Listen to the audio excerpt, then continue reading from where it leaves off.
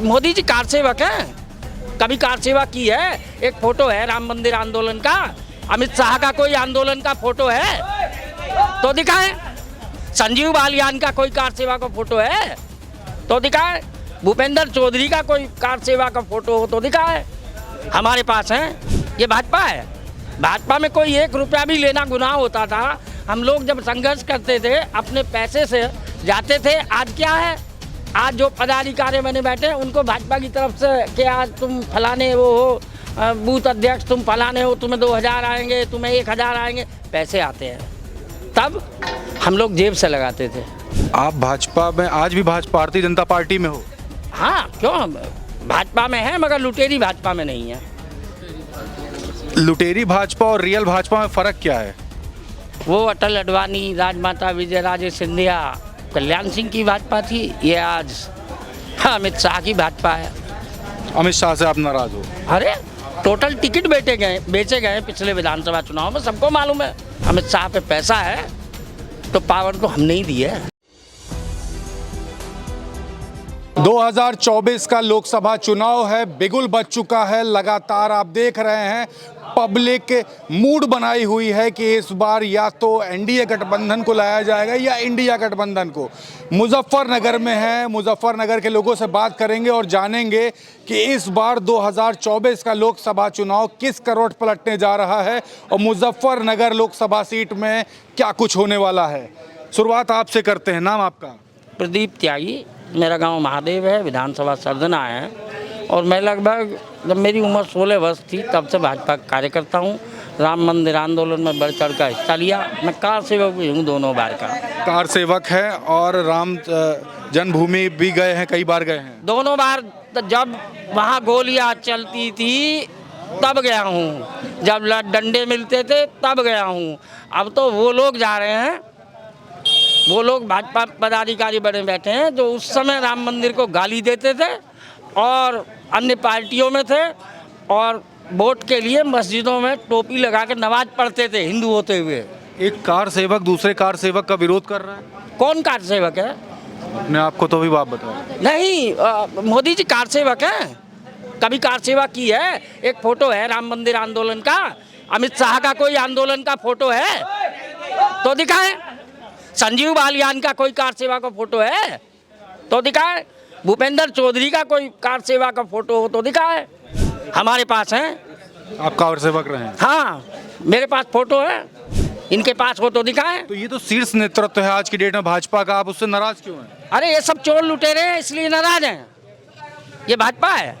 भाजपा में कोई 1 रुपया भी लेना गुनाह होता था।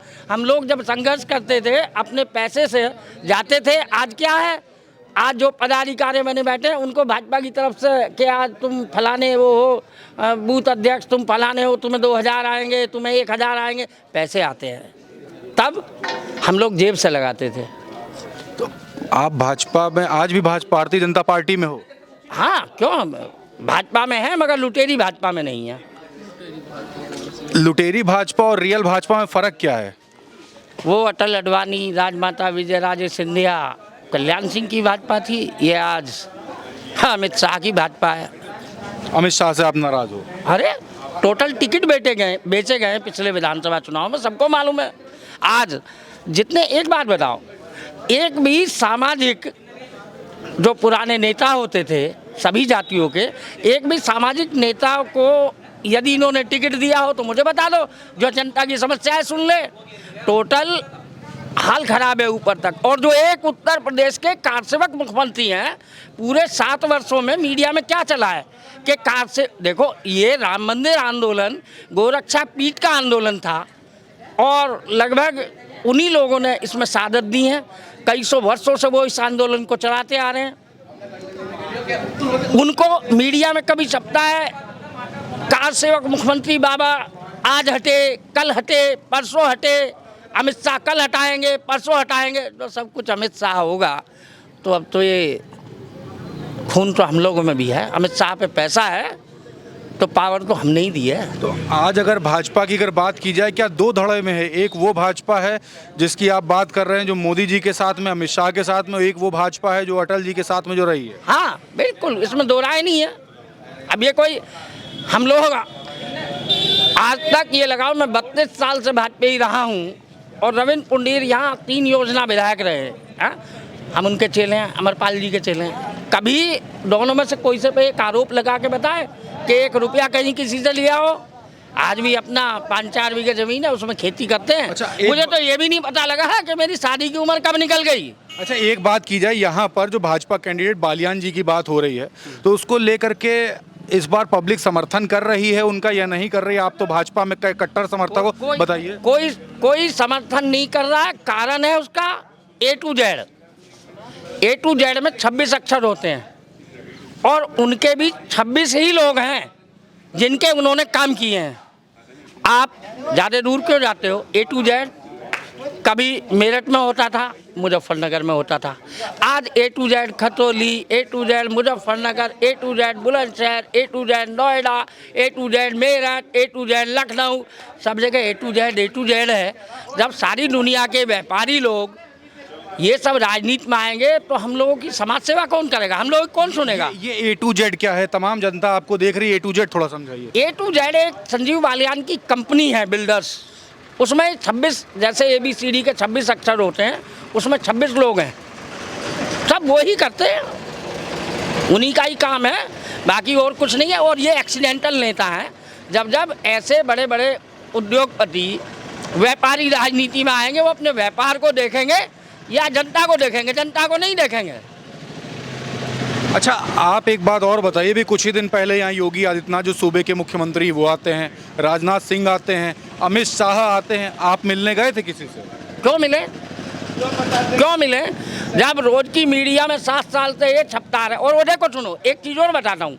संजीव बालियान का एक छोटा भाई कृषि विश्वविद्यालय मोदीपुरम में प्रोफेसर है। हमारे भी तमाम लोग, क्योंकि वो पुंडीर साहब ने बनाया था कृषि विश्वविद्यालय, वहाँ तमाम लोग हैं। सिर्फ 7 साल संजीव बालियान के भाई ने, विवेक बालियान ने, यूनिवर्सिटी में बैठ के बाबा मुख्यमंत्री को गाली देने का काम किया है। तो वो क्या लोगों ने नहीं सुना है? तो ये एक्सीडेंटल नेता है, बन गए।